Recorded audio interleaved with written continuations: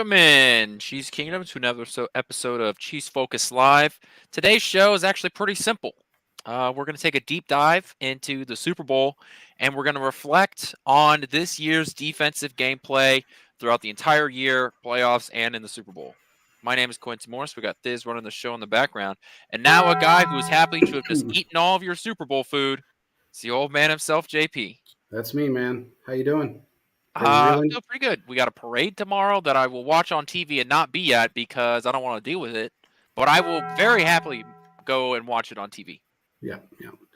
It's going to be Mahomes. I think this one's a little special for Mahomes and the rest of the team, for that matter. I mean, this is the dynasty is truly nobody can it's now absolutely deny the dynasty part. I real. know that there was a fair argument to be made about when you have this much consistent success, going to 6 AFC championship games, having a couple of Super Bowls in that run, that it was a dynasty already.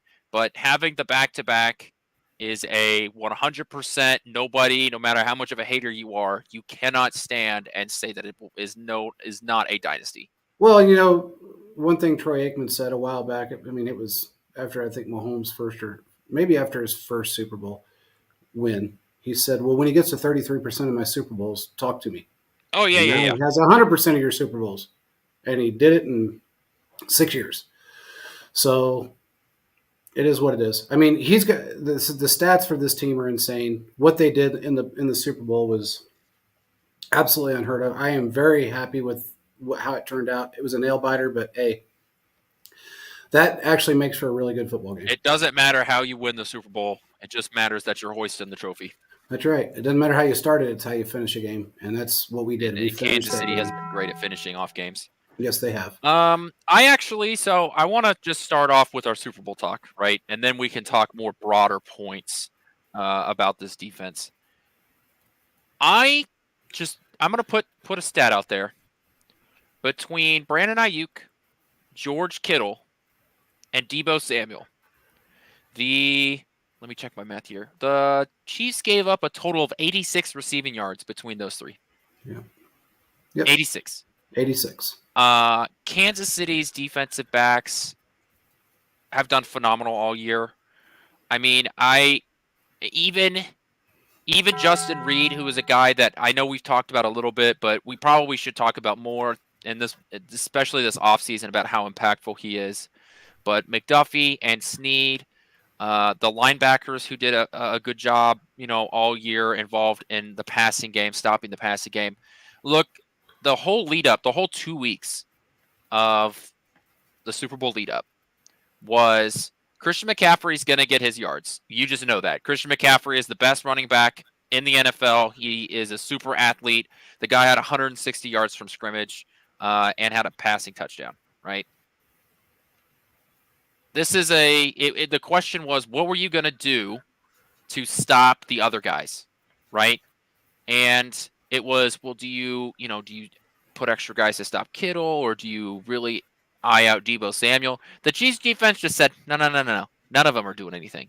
None of them are doing anything. I don't know. Yeah. We're not picking one. We're locking them all down. They shut them all down. They really did. Deebo Samuel had 11 targets. 11. He had 3 receptions. Yep.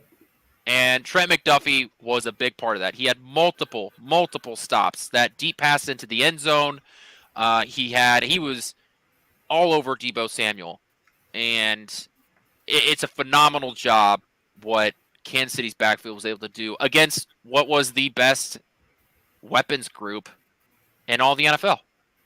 And that's something that I think people aren't really, I've seen people say, oh, well, he's old and he's washed up. He's not old. He's not washed up. Yeah, he's had a little injuries, but he's still a very viable player. He's been great the entire season until now. So let's not underestimate or undercut what the Chiefs defense has done, especially the secondary for that matter, because nobody else could do that against them. Nobody else could stop them but us. Even the Ravens couldn't stop them, and they were supposedly the number one defense. It's what they were able to accomplish, not only in the Super Bowl, every other top wide receiver in this league was shut down. 62 yards. 62 yards by one wide receiver, and that was Tyreek Hill. the fastest guy on the planet, and we shut him down. Now Zay Flowers, I'm going to give him his props. He had some yards against us, but what did that get him? 10 points. 10 points. So, look, man, people can say what they want. This defense was legit all year long. Spags, best defensive coordinator in the league by far. By far. Nobody's even close to him. 5 Super Bowl appearances, 4 wins. Out of 5 appearances, he's had 4 wins. Those are numbers that DC's only dream about. And he was able to take a young group of guys in basically a season and a half, not even that, really a full season, and made them what they were this year. Because most of these guys were here last year for the most part, yet they all turned in to be superstars this season.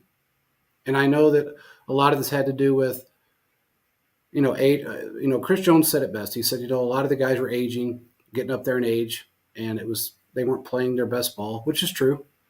You had Anthony Hitchens that was struggling for a while. You had, even Tyrann Mathieu was having issues.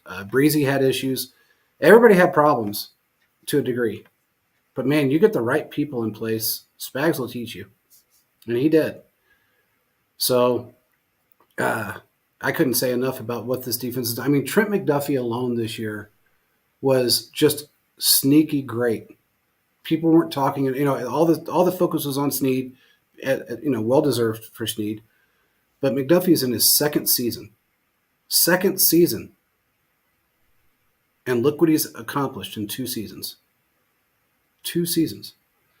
Look, there was a reason why he was selected as a first-team All-Pro corner.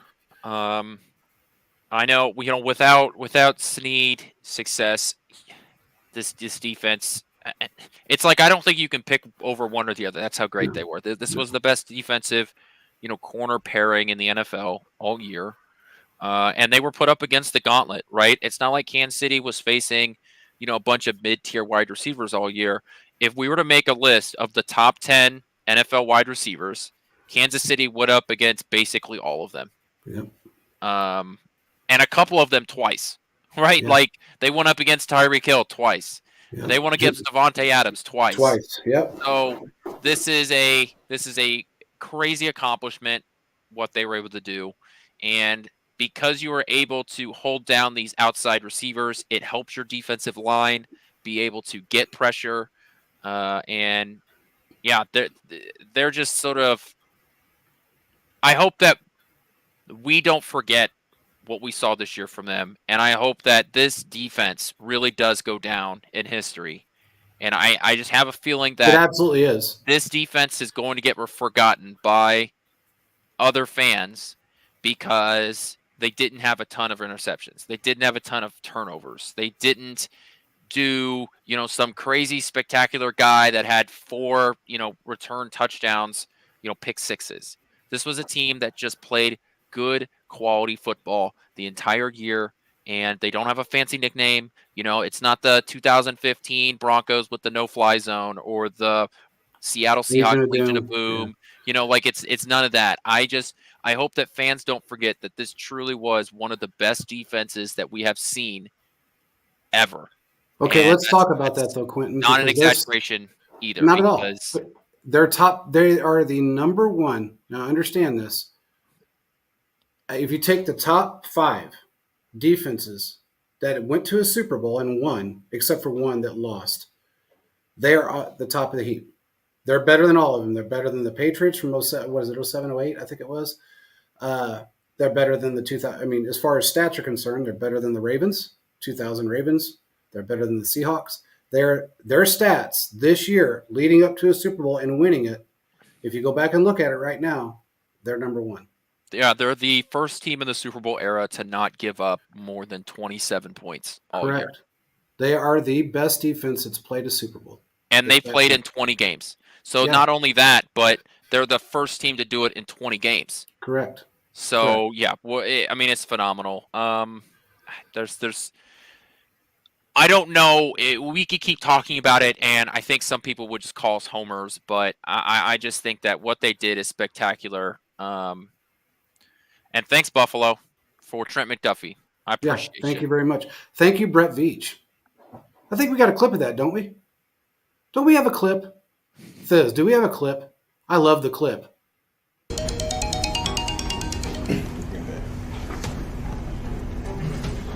According to Ian Rappaport, Pacers are trading back. They trading left, or they trading right? New England has traded a pick.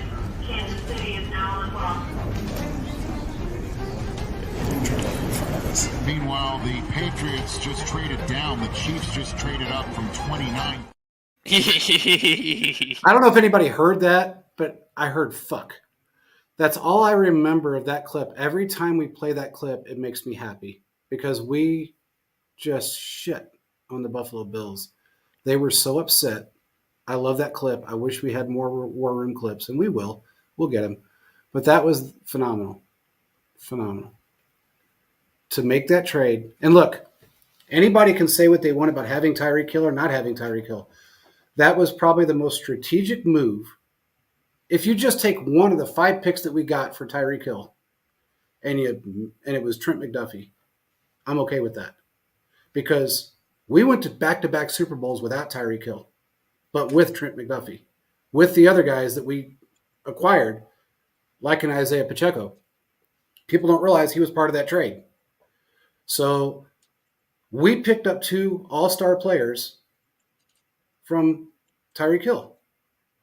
That proves to you, this season proves to you that you don't need the best wide receiver on the planet to win a Super Bowl because there's 10 other teams out there that have number 1 wide receivers. You know, the best elite wide receivers: Devontae Adams, Justin Jefferson, Debo Samuels. The list goes on and on. You know, everybody wanted us to trade for OBJ. I didn't. Thank God we didn't. Now he's dating Kim Kardashian.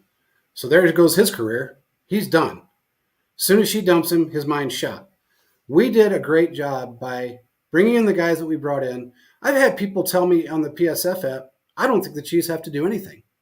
Leave it the way it is on offense because all these guys are now seasoned. Keep who you have. To some degree, I agree with that. You don't need to go out and sign anyone.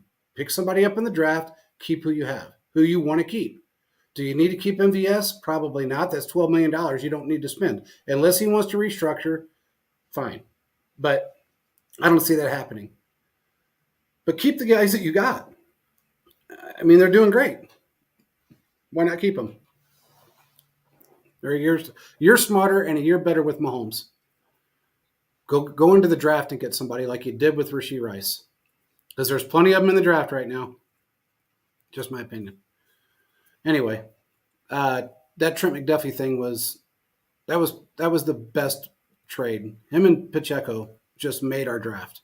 They really did. We can't ask for much more than what we got out of that. And Pacheco, he didn't have the greatest game. I mean, you know, at one point, the first half, I think he was like 3.2 yards a carry. He was running into people. He wasn't running his routes correctly. I think the excitement got to him. I think a lot of it got to him. But, hey, man, doesn't matter. He was on the field, and that scared them enough to allow us to do other things. And that's all that really matters. Well, and speaking of yards per attempt, even though Christian McCaffrey ran for his 80 yards, Yeah. he wasn't very efficient at with his running. He actually ran the ball for 3.6 yards per attempt, which was his lowest average of the season. Yeah. So even though Christian McCaffrey was able to get yards and he scored a touchdown receiving, not rushing, Kansas City was only able to get there because he ran the ball 22 times. Yes. Just another example of, even though they were, I don't want to say it was a bend but don't break defense, because if you give any skilled carrier a ball 22 times, I mean, that's just, you're going to get that many yards. Yeah. It was the fact that them rushing the ball was just not efficient. And San Francisco, when you have a Christian McCaffrey, you have to keep going back to it. But Kansas City really turned it on in that second half. And that is something that goes back to Spags and his ability to Adjust. continue to make adjustments as the Yep. game goes on. That man is not stubborn. Nope. He is anything but stubborn Yep. because he will change a game plan like that, and it works because he trusts the guys. The guys you have on this team are smart and athletic and are able to do it. I agree, and I agree with what Philip said. He took the words out of my mouth. The first half of that game, Christian McCaffrey was on fire. He was running for about 5 yards a clip. There was no doubt about that. He was on fire. When that fumble hit, that destroyed him. That actually threw, and what I tell you what else it did too. It really put the doubt in the mind of not only I can't think of their defensive coordinator's name right now, but it also put the doubt in the mind of Shanahan because they abandoned the run a little bit, and when they did, along with our adjustments, that helped a whole lot because that punch out was phenomenal. And I think that really, Steve Wilkes. I think everybody wants him fired up in the Bay Area, but it's his first year. So anyway, Pennell was great. Thank God he came back. He helped us win the Super Bowl before, and he did it again. But our defense really held him to a very low standard for the rest of the game. And I got to give him credit. The adjustments were phenomenal. Yeah, Pennell came through. Everybody came through. Chris Jones was in the backfield scaring the shit out of people. George Karlaftis, look, man, he's another one. Second-year player, part of that draft last year, and look what he's done. 10.5 sacks, was in the backfield. He was so close so many times in that game. He threw the rhythm off so many times of not only Purdy, but everybody else for that matter. It was phenomenal to watch him work. And that was also because, again, you can't do anything without a supporting cast. We know that because Chris Jones struggled without a supporting cast. Right. So now we have one. And now they have to keep it together. That's the biggest thing. And that's what Veach is really trying to do right now is keep this defense together. I've talked to a few people, and that wasn't just blowing smoke. That's him. He's being dead serious. He wants to keep this defense together. He's going to do everything he can to keep as many as he can. One thing we know about, especially modern football with free agency and all the offensive rules benefiting, or all the rules benefiting the offense, is that it's so much easier to keep an elite offense together than it is an elite defense because offenses are pretty consistent, especially when you have the quarterback. They're you can pretty consistently stay at the same level of offense when you've got your quarterback and head coach combination working. Yeah. On the defensive side of the ball, things are just so iffy on whether or not, even if you keep most of the guys together, it's hard to continue that same level of production from year to year. And if you have Chris Jones, not on this team anymore, that's going to make things way more complicated. Now, we're going to talk a lot about this next week. Yeah. We're going to talk defense today and offense on Thursday, and we'll start to talk some off-season stuff. I've got some show ideas planned for next week that I think you guys will enjoy, but there are some unsung heroes on this roster for this game. And on the defensive side, I think Mike Pennell definitely belongs on that list. Pennell was one of the highest PFF rated people, like players, not just Chiefs, not just defense, players in this game. Yeah. And it's because he was able to bust up right up the middle. We talked about this before the game, that this 49ers offensive line wasn't great. And in fact, if you took Trent Williams out of it, the offensive line was not good at all. Yeah. It's like the further you move to the right side, the worse the offensive line got. That's right. So Mike Pennell was able to take advantage of the opportunities that were given to him with a mediocre offensive line. And that's what you need, right? When you have a Chris Jones who's going to take a ton of attention, and you've got a George Karlaftis who is taking advantage of the fact that Chris Jones is the best pass rusher, then your guys that are on the bottom of the roster, guys that are pure rotational pieces, and they can come in and play and really start to beat up one-on-ones. It's like, as an offense, what are you supposed to do? Yeah. Because you only have so many resources. And Mike Pennell really took advantage of that. Yeah, he did. He did. He's one of those guys that is just very quietly made it through his NFL career so far and has done a great job of it. He's not been the flashy guy. He's not been the guy that um, everybody in the league talks about, but yet he comes out and he does his job all the time. But there's some other heroes on this team besides George Karlaftis and Chris Jones. I mean, Willie Gay was phenomenal in this game. Yeah. Willie Gay was unbelievable in this game. It's what I kind of noticed, and I was curious about this during the game, and then I asked afterwards, why was it that Drew Tranquil wasn't playing a whole lot? I thought he may have had an injury that we didn't know about, or because he never played until really the fourth quarter of the game, maybe the fourth quarter of the game. They had Leo Chenal out there pretty much the entire first half and most of the third quarter. Couldn't figure that out. And I said, is this something that they wanted to give Willie as many snaps as they could to see how it would work out with Chenal, Willie, and Nick Bolton? And they said yes. So I've got a weird feeling that they're going to do everything they can to keep Willie in the house. And I think Drew Tranquil is the one that's going to be the odd man. The odd man out. Yeah. Let's talk about Leo Chenal. First of all, he's the guy that blocked the PAT, right? Mm-hmm. This is a guy that has had to come in and play some linebacker snaps throughout the year due to injury, right? I know Drew Tranquil came in and replaced Nick Bolton when he was hurt, but when you lose your one guy, right, then Leo Chenal had to come in and play because Willie Gay missed some time too. And so you were playing with your third, fourth, and fifth linebackers there for a little bit. And Chenal came up and stepped up. He earned himself some snaps at the actual linebacker position and not just special teams. But I know it's not as easy to be like, well, if they make that PAT, then the 49ers win because it was only a 3-point game. Well, that's not that simple. But let me tell you, going up by 4 and going up by 3, two totally different games. Yep. It changes the Chiefs' game plan. The Chiefs don't have to be as conservative on offense as they were, because knowing that you need a touchdown instead of a field goal does change things drastically for your offense. So something as simple as putting your hands up in the air and, let's be honest, get a little lucky, right? Like get a little lucky to block a PAT by putting your hands up, but he did it, and that's what it comes down to is Kansas City's defense made just enough plays, and because Chenal was part of that, he deserves credit for it. Absolutely. And I mean, look, they all played a huge part, but I asked, in fact, I was talking to Thiz during the game. I said, why the hell is Chenal in there? I mean, I was confused.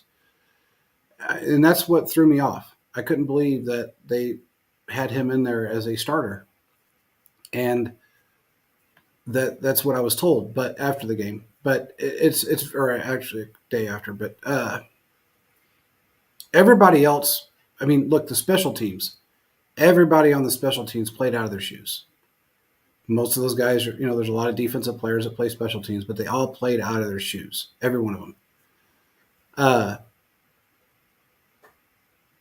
I look at this, the secondary and some of the guys that were out there, and there were some rotations that happened, but nobody lost a step. Everybody seemed to stay on course. Whether they were in or out of the game, they stayed on course. And I think that was something that when everybody talks about depth and teams needing depth, when you have depth, it's great, but you also have to teach those guys that they can when they have to step in, it's time. And you have to be ready for that. And that's something that a lot of teams don't have. Guys get injured, their starters get injured. They don't have anybody that can step in and take that spot, especially on the defensive side of the ball, and make it work. We do. That's something that is just, I think, is so underrated with our football team, is that everybody on this team played a part at some point during this year, especially on the defensive side of the ball. Everybody played a part. And you know what that is a ability to coach. That is an ability to find players who are of quality NFL standard, but that comes from drafting guys, but also free agents, right? Drew Tranquil was a free agent signing from the Chargers. Thanks, guys. But even, even further down the list, right, when you have your safety, Dion Bush, like, free agent pickup, signed for Yeah. a 1-year deal, and you're filling the back end of your roster. And when we're going to talk about this here in 4 or 5 months, about guys 37 to 53 through the roster, and when we get eye rolls because we're talking about some of these guys, Yep. you know that it's going to matter because at some point you're going to need them. That's right. And it's not just about the Trent McDuffies and L'Jarius Needs of the world. It's also about the Chamari Connors. That's right. It's about the guys that get drafted in the 4th and 5th round, and they're not starters, but you never know what plays they're going to need to make in order for this team to be successful moving forward. So, yeah, you're absolutely right. Where there's a lot of Trent McDuffie made plays. He was the one that batted down the final defensive pass, right? He was the one sent on that blitz. Okay, Yep. so the stars, and I'll comfortable saying that Trent McDuffie is a star on this team. Yeah. The stars made plays, but also the just a guy also made plays. Yeah. And that's why Kansas City won the Super Bowl. And that's what made this defense so good, is because Nick Bolton is a very good linebacker. He's not a Fred Warner, though. He's not like this elite level linebacker. He's a very good linebacker. And you know what he did? He made very good plays all year. That's right. This is what happens when you're building a team, is you're not putting your players in positions that they can't handle, and you're also just stacking guys all across the roster. Kansas City, the linebacker position has somewhat been devalued over the past 15 years as Yes, teams it aren't has. running the ball as much. Yep. But Kansas City went out and invested back-to-back second-round picks into making sure that the middle of their defense has quality level guys. They Yep. went and they drafted Willie Gay, then they drafted Nick Bolton. And it has paid off big time on this defense because the strength of this defense has been its That's been the linebacking core linebackers. Yeah. and its secondary. corners. Yep. Yep. I've been saying that, and everybody said I was crazy. I said, look, our linebacking core is really the strength of this defense because it starts up front, then you got your linebackers, then your secondary. Your secondary wouldn't be nearly as good if your linebackers didn't play the way they did. It's simple fucking equation. I mean, it's not that hard to figure out. But yet, people still struggle with that. Not only are they good against the run, but they're great against the pass. And that's athletic players that can go out there and be able to be as big as you are, as strong as you are, play that position, and still be able to play against the pass and the run the way these guys do. And that's something that's, Fred Warner is a great player. He wasn't the best in this game, but here's the reason why. We have 5 great guys in a linebacker room. They do not. They have Fred Warner and everybody else. We don't have Nick Bolton and everybody else, or Willie Gay and everybody else. We have everybody else. Yeah, that's who we that's are. a good way to put it. So people have to realize that this is strategic. It's something that Veach understands, Andy understands. Nobody else, not one of our GMs prior to this, including John Dorsey or anybody else prior to him, understood the value of having depth, the value of being able to draft correctly, to find the right guys in free agency that will come in, play on a decent deal, get themselves a ring, make their Super Bowl money, make their playoff money, get their endorsements. If they want to stick around, they can. If they don't have to, because we're going to find somebody else that will fill those shoes at some point. There are certain guys you can't replace. I'm sorry, but Willie Gay is one of those guys. I don't think he's replaceable at this point. He's one of those guys that you know for a fact is just going to get better every year. Nick Bolton, not replaceable. He's a guy that gets better every year.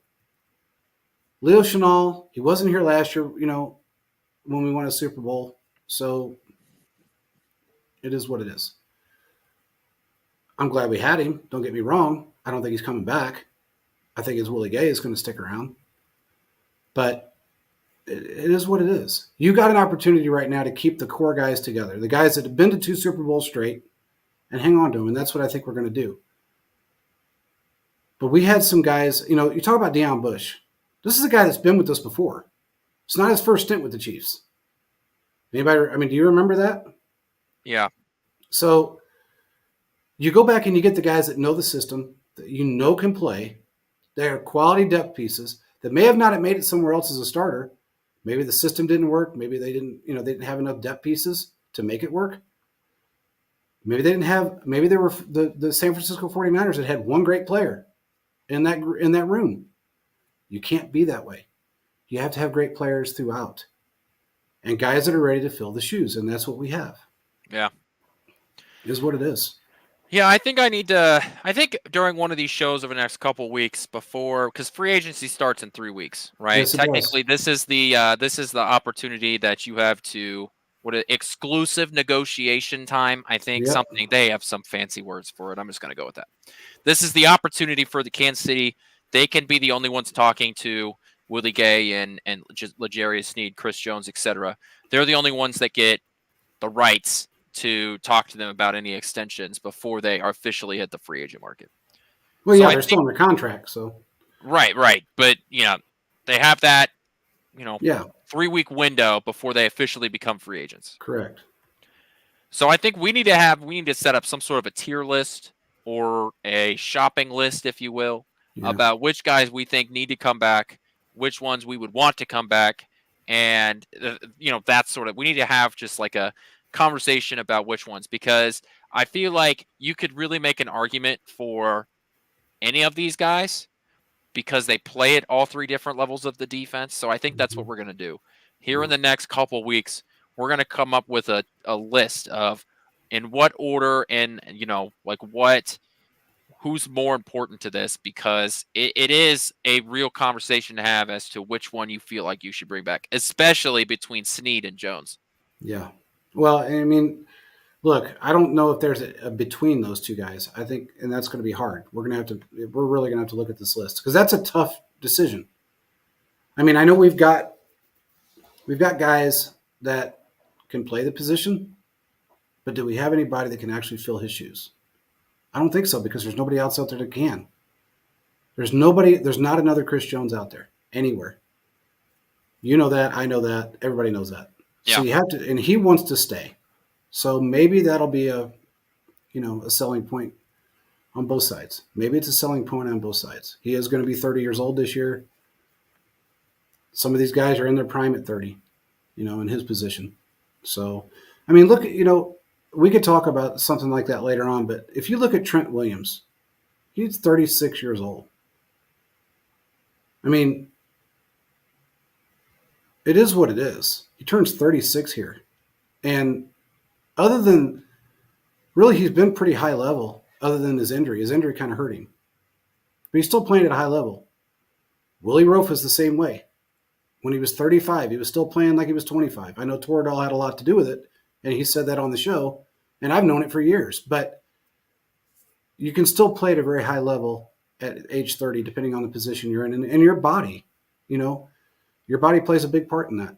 And he's not in a position where, speed is a big factor of it, right? Like, your power stays longer than your just raw speed does. Correct. So the difference between a 30-year-old pass rusher and a 30-year-old wide receiver is absolutely significant. Apples and oranges. So, yeah, this is a 30. I'm not as worried about signing a 30-year-old, defensive tackle / defensive edge rusher, really a defensive lineman in general, than I am a skill position player, just because, there is a difference there. Yeah,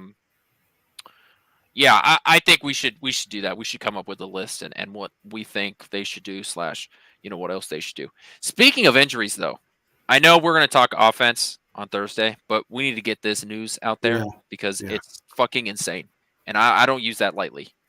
Nick Allegretti tore his UCL during the Super Bowl, and then played the rest of the Super Bowl with a torn UCL. That was on the injury in the first half, by the way. Yeah. He played over a half of a Super Bowl with a torn UCL, which is the ligament in your arm, in your elbow. It's one of the That's ligaments. the one that Brock Purdy got torn in half and had surgery on, by the way. So that's insane. It's insane that he was able to play and still have strength at all in his arm. I mean, look, I've had Tommy Johns. I know what it feels like. You lose every ounce of strength in your arm. Now, I know there's 3 tendons. That's a different tendon, but it still takes the strength out of you. No matter how you look at it, you lose strength. The pain is fucking ungodly. It's a horrible burning pain that you can't get rid of. It doesn't just go away. You can numb it, but then you don't really feel what you're doing with your arm. So that's pretty amazing that he was able to finish that game off, play at the level that he played at. I know that they had 3 sacks on Mahomes, and look, let's be fair. A lot of it was from his side, from him. But that's okay because he was able to play. I mean, Trey Smith didn't allow a sack. Donovan Smith didn't allow a sack. Creed Humphrey didn't allow a sack.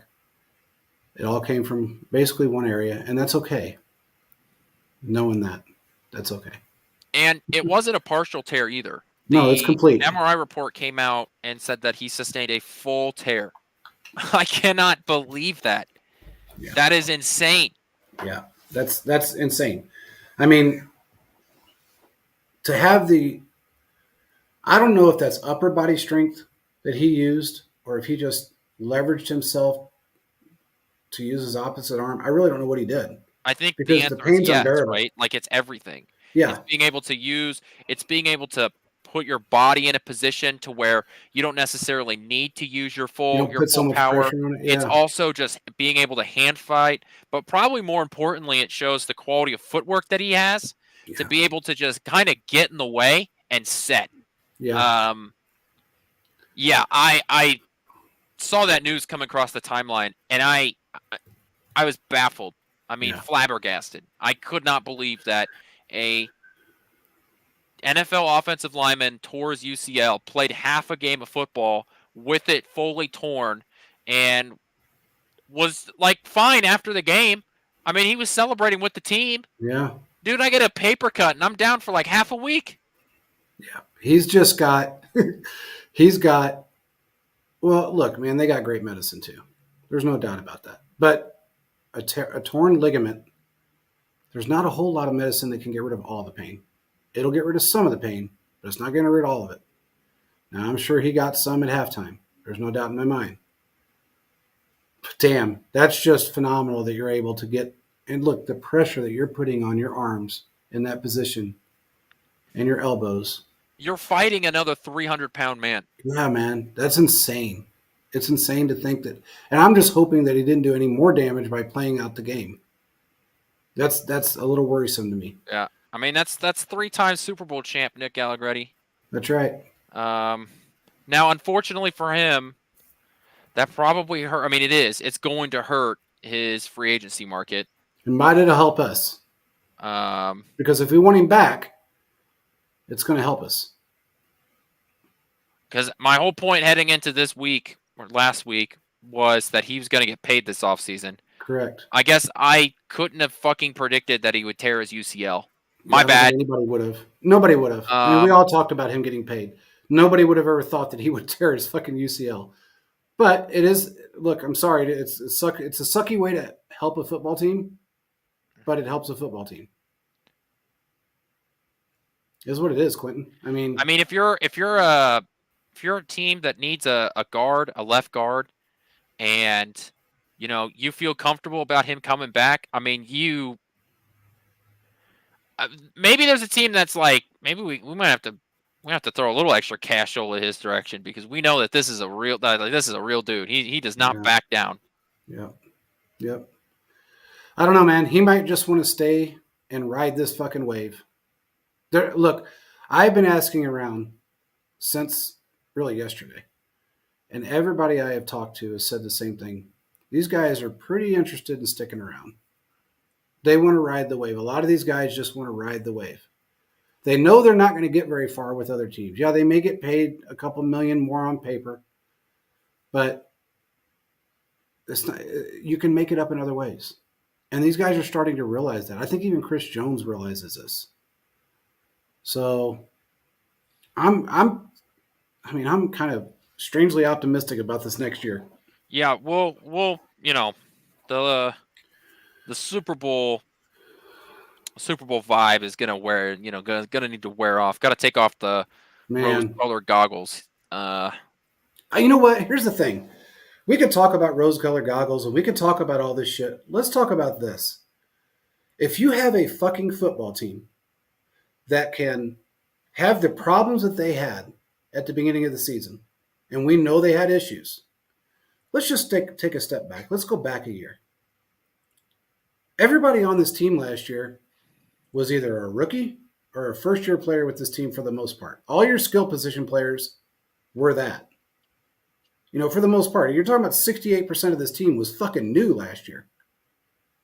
Yet, they went to a Super Bowl and won it against the Eagles. Now, fast forward a year, you got even more newness. You got guys that were just out of fucking sync, couldn't trip. They were tripping over air, running the wrong routes, doing all the major mistakes that they had this year, but yet were able to come together and do what they had to do, find a common ground, even with the arguments and all the shit that went on between players. I mean, you had Chris Jones and Willie Gay arguing on the sidelines. You had a lot of shit that went on, but yet that is part of what makes those guys great.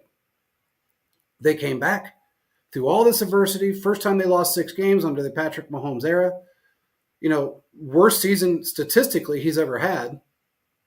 Yet they won another Super Bowl against really a better football team in general, except for the quarterback. This is a better football team than the Eagles were last year. They really are. You take the quarterback out of the equation, everybody else is better. They have more weapons, offensively, defensively. It's a better football team than the Eagles were. And the Chiefs still beat them. You can't deny what this team is, how this team is built. You can't deny the greatness of really the four greatest people that you could ever ask for in one fucking building. You can't deny that. So no matter what they do next year, I'm not worried. I'm not concerned. I mean, now, if they fucking dump everybody out in the rebuild year, that's a different thing, which we know they're not going to do. But this is a team that is scary fucking good. Clark Hunt said it best. When they asked him, who was it? Not Pelissero. Maybe it was Pelissero. He said, is this now a dynasty? And he said, well, I'll leave that up to other people to answer. And he said, he asked about, of course, Andy in retirement. He goes, Andy's not retiring. He said he doesn't really have any, it's not, and Andy said it's not even in his mind to retire. But he said, they asked him, he said, what is your pitch to keep Andy around? And he goes, well, my pitch would be we got Patrick Mahomes signed for the next 8 years, which is true. Why would anybody want to leave this football team? Just curious. I mean, look, well, I would say that, like, L'Jarius Sneed was a 4th-round pick, and he has an opportunity to go, he hasn't made that quote-unquote generational money yet. he can get it here. It's not going to be $20 million a year. Yeah. But here's His the thing. If you franchise get tag 17, is 18.8. okay. We'll see. We'll see what. But here's my thing. I Quentin. assume Think an about offer this. will come across the table. We'll see what they offer him. Absolutely. And he's smart enough to understand this. Look, do I take $16 million a year or $17 million a year for the next 5 years or 4 years or whatever it may be? And then I also get playoff money, Super Bowl money, whatever else comes my way, plus bonuses and incentives and everything else that's going to add up to a real contract instead of these fake ones that everybody else signs? Or do I go try to chase the bag and nobody ever hears my name again? I mean, that's really what it's going to boil down to. These guys have to realize that, and I think most of them are starting to fucking figure it out. They're finally starting to realize that, look, man, Tyreek Hill right now, and ask anybody, ask anyone. He's made it very clear that he knows he made a giant mistake. Oh yeah, he sat down. He had an interview, and he was talking about. I think it was during the Pro Bowl or just Radio Row in general, and he was talking about how, of course, Miami's his team, during the season. But if Miami's knocked out, then he's cheering for the Chiefs all the way. Yeah. And it's like that's a little change of tone. Yeah. Since you were, the off season as soon as you got traded there. The whole thing is Tyreek knows he saw Patrick Mahomes. It's like when you see your ex, start dating someone else, and you're like, man. Well, there was a little more to that, but he knows he made some mistakes that he probably can't come back from, and not just. Let me just leave it at that. I'll just put it that way. He knows he made some mistakes, and I know he's tried to make amends for some of those mistakes. But when he left, or when we traded him, I should say, that was a lot of bitterness on his side. And he was trying to pump himself up because he knew, look, man, he knew that you're right, Will. I think so too. He absolutely knew that he wasn't going to get anywhere. He knew that. He knew that Tua wasn't the guy. He knew that Tua wasn't better than Mahomes. He knew all of that, but yet two things happened. One, he was bitter. Two, he was trying to build a brand. He's built his brand. His brand is what it is. He's got business ventures now. He's got shit going on the side when he does decide to retire, which I heard once his contract's done, he wants to retire, at least from Miami. Now he's starting to realize, fuck, man, I have made some major mistakes, and I wish to God I could take it back. You can't. Not with Clark Hunt. Not with Brett Veach. You may be able to get guys to talk to you. You may be able to get guys to be cordial with you. But that's really about the extent of it. And I think he's realizing that, man, I really fucked up. I could be in a parade right now. I could be partying it up. I could have partied it up last year. It is what it is, man. He wanted more than 118 targets in a season. That's what he wanted. Well, he got it. He got that. And then he gets to go to Cancun every fucking year at the end of the season. So I hope he was proud. I hope it made him happy. But he's kind of trapped. So I'm not mad at the guy anymore. I'm a little disappointed in some of the things he's done. But I'm not mad at him. I understand. I mean, fuck, people make mistakes all the time. It is what it is. Some of his mistakes were bigger than others. But it is what it is, man. Can't change that. So I'm not mad at the dude. I mean, there's not a football team out there right now. Look, Lamar Jackson didn't even want to he didn't watch the Super Bowl. He made it very clear in his interview he was not watching the Super Bowl. They flat out asked him, "You going to watch the Super Bowl?" "No, I'm good. I'm not watching it." I mean, there's a lot of people out there that are really fucking upset with themselves. And it's not because they've done anything wrong, per se, like kind of Tyreek did, but it's because they're just not putting in the work. They're not nearly as good. They don't have the coach. Do you think, man, let me ask you something, Quentin. How many guys out there, now this is being a serious, because I've asked this question to a few people. How many players out there right now, we've struggled getting free agents in the door. Most of it was because of money. A lot of it had to do with Tyreek Hill. People don't realize that. We couldn't get wide receivers to come here because they wanted targets. And they knew that Tyreek and Travis were 1A and 1B. Well, how many guys you think right now, offensively, defensively, special teams, doesn't matter, fucking bench riders, practice squad guys, how many guys you think want to play on this football team right now? Well, as much as they don't want to admit it.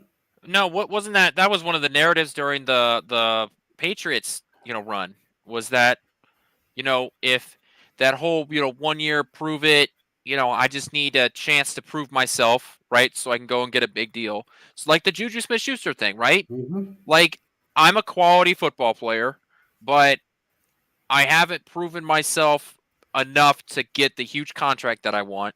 Let me go to a team that's successful and a team where I know that gives me the best opportunities to not only have team success, but personal success. So then when the year's over, hopefully I get to, be a part of a deep playoff run. Then I get to go somewhere else and I get to be, the guy potentially overly compensated yeah. for what I might be able to get. And I think that's true on offense. But I also think with Spags now, I'll be interested to see if that works there too. Because it's easy to make the connection of, well, Andy Reid in the offense, they're going to give me the best opportunity to do it. But now you've got examples of defensive guys doing it too. Drew Tranquil, after the AFC Championship game, he was like taking pictures with the trophy. He was taking pictures of it with his daughter. I mean, that was just the championship game.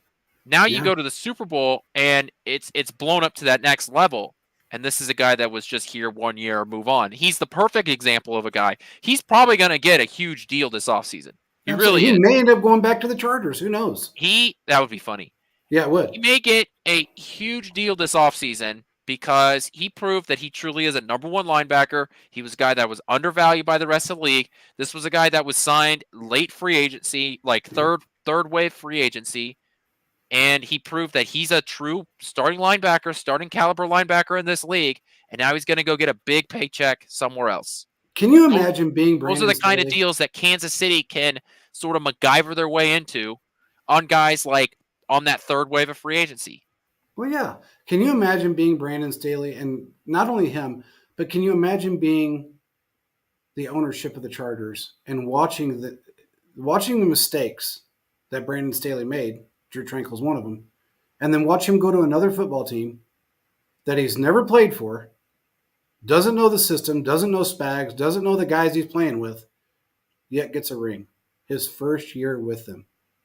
And he couldn't even get into the fucking playoffs prior to that. Yeah. Can you imagine how that feels to know that? And look, when it comes down to the Spags thing, I get what you're saying because it's a defensive side of the ball. But any of these guys that are playing for other football teams understand that, okay, I may not be, maybe I'm not the greatest player on the planet. Maybe I can be better if I go to this defense. But I know one thing, the offense, along with Andy Reid and Spags, are going to get me to a fucking Super Bowl. They've proven it. They've absolutely proven that they can do this 2 years in a row. So why wouldn't I want to go there and try to contribute whatever I can and maybe slap a fucking $100,000 ring on my finger and get the $1 million to play in the playoffs and Super Bowl and all the other accolades that come along with it? I think it's to a point now to where we have now stripped this team down of, for the most part, of all your star offensive players except for Travis Kelce. We know that. We've got star players, but these are all new guys. You know, you got a second-year running back. You got a first-year wide receiver. You got a second, third-year backup tight end, if you want to call him that. You've got a fourth-string Justin Watson that has proven to be old faithful for us. You know, 7-11. Dude's always open. It's one of those things that you have to go and say, fuck, man, maybe I can get some snaps there. Maybe I can be a contributing part of this. I may be better than Justin Watson. I may be better than so-and-so. I think this is what we've come to, man. Players didn't. Look, why do you think Juju didn't come that first year in 21? He was ready to sign. He knew he wasn't going to get snaps because Tyreek was here. That's why he went back to Pittsburgh. He waited. Veach knew what his plan was. Veach had a plan. It just didn't come to fruition until the offseason of 21. That's when it became a quote-unquote problem, and it got resolved. But it was the perfect time to do it. Perfect time to do it. So I think we're going to see that this year. I think we're going to see people that are just knocking on our door. They're probably telling their agent, see if you can get the Chiefs to call me. That's where I want to go play. Guys that are under contract now are probably trying to figure out how to get out of that contract right now. Because all of them are sitting at home. Everybody's at home. You know, all the guys that wanted giant contracts are at home. Yeah, they may have gotten their big contract, paper contract. They didn't get any of their bonuses, and they're at home. We're the only consistent football team in this league right now. We're consistently in the championship game. We're consistently in the playoffs. There's never a doubt that we're not going to make the playoffs. We prove we can do it on the road if we have to. Why wouldn't you want to come and play here? You'd be fucking stupid not to. For the best coach in football, with the best quarterback in football, and the best defensive coordinator in football. And really the best organization. And Clark Hunt treats everybody like gold, man. He doesn't make people pay for lunch. You know, I think we're going to see a complete turnaround from what we've had in the past when it comes to players wanting to play for this team. And here's the thing. I know what Veach is going to say. Oh, well, you know what? We wanted you then, but we kind of filled the roster. Now, if you want to come in and play for this, we can do that. Maybe. But right now, we're kind of filled up. That's going to fucking spin some heads. I promise you. Yeah. He's sitting back right now going, how you doing, OBJ? Hey, D-Hop, how's it going? Because he called everybody. It wasn't like he didn't call these guys. You wanted that big contract, huh? Hope you had a good time spending it in Cancun. Just saying, you can't deny greatness, and that's what we have on every fucking. And by the way, I wanted to say this really quick because everybody said I think it's time for Dave Tobe to go. Remember that shit? Time for Dave Tobe to go. Really? Because our special teams is fucking phenomenal this year. They have been great. Do we have a great punt returner right now? No. But every other part of our special teams has been great. He coaches Butker, guys up very well. Butker's got the most. He's got the longest kick in Super Bowl history. I think he has the most field goal attempts in Super Bowl history. Yeah. Now He's three away, 2 away now. No, he does have the most now because he got them all in that game. Yeah, I think he was only 3 now. short. Yeah, he has 9. Well, what's funny is, do you know which player has the most recovered fumbles in Super Bowl history? No, I didn't. Patrick Mahomes. Really? Yeah. Wow. He That's has pretty 4 crazy. recovered fumbles. That's kind of funny. Yeah. No matter how you look at it, that's kind of funny. You start to get these stats when you just keep playing in them. That's kind of funny. No matter how you look at it, that's funny. The best quarterback on the planet has the most recovered fumbles. Yep. That's pretty good. I don't know, man. This is absolutely a dynasty. Anybody that wants to say it isn't, be a hater, go somewhere else. We have the coaching Or staff. hate watching, that's fine. Yeah. I mean, hey, by the way, all the people that said they weren't watching the Super Bowl this year, 156 million people tuned in to the Super Bowl. I mean, basically 2 times the amount of people that normally tune into the Super Bowl because I think the highest ever was like 70 last million. year was the highest, and it was 135 million. Yeah, we blew that out of the water. Makes sense. Sure. You got more Swifties watching. You got the Swifties. You got people that no. You know what else is it too? Is that people are dying for somebody to take us down, and they will watch a football game just to see us lose. And that's what I've been waiting for fucking ever. I've been wanting to be that football team that everybody else wants to watch lose. We did it for years. We watched the Patriots. Brave they lose. They lose. It is what it is. Now, has there been 20-year dynasties before? No, there hasn't. But, man, we're right there. 3 Super Bowls wins, 4 appearances in 5 years or 6 years. Can't really ask for much more than that. Thanks, brother. Have a good night, Will. Appreciate you joining in, man. Yeah. Anyway, Yeah, I don't have anything else to talk about. I I don't want to either. talk about the offense more on Thursday to give it a dedicated show. So unless Absolutely. you have anything else, I think we can wrap the show up. Nope, I'm good to go, man. I'm good. I'm enjoying the win, so that's all that matters with me. Hey, we appreciate everybody for joining. Make sure you like and subscribe. We are going to bring you more content over the summer. Got another show going on right now, The War Room with Thiz and Philip, or with you and Philip. And what do you say? Thoughts on Travis? What's the and Andy? yeah, we can answer. Well, we can answer that. That was nothing, by the way. No, both Andy Reid and Travis Kelce have said that it's nothing, and even like other guys have said that that's just the relationship Travis Kelce and Andy Reid have. So yeah, Andy said, "Look, all he did was catch me off guard." He goes, "I was just, he just caught me off guard." LaShawn McCoy said that that's not abnormal. No, not at all. And LaShawn McCoy has had some negative things to say in the past. Exactly. Everybody blew it up more than what it was. There was look, man, there's some crazy ass feminist that's on Threads. And she posted a picture of it, and she said all relationships out there will become violent because of what he did on the field. Because if he's willing to push an elderly man, that's how she put it, an elderly man like that. She went on and on. It was a bunch of bullshit. It was just heat of the moment type of thing. He wanted to get his words across. He's a very strong guy. So when he kind of went up there and it wasn't that he was trying to push him or do anything else. It was just the fact that he was moving a little too quick and he caught Andy off guard. That's normal. Shit happens. Move on from it. because he ain't going nowhere, neither is Andy. They're very close, so just get over yourself. Anybody that has anything negative to say about it, that's part of football, period. End of story. That's about it. All right, that's Anyway. it. We will we'll see you guys on Thursday. We'll be here Thursday, guys. Make sure you join. Peace out.